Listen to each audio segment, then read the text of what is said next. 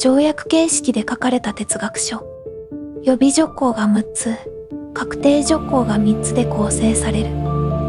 共和制、連邦、そして世界市民という名の地平、国際連盟も国連もこの書を源流に持つ。常備軍を捨てよ、内政に干渉するな、戦争に金を貸すな。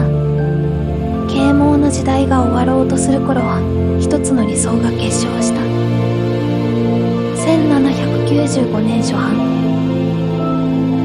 カント、永遠平和のために国際秩序を語る者が必ず参照する古典。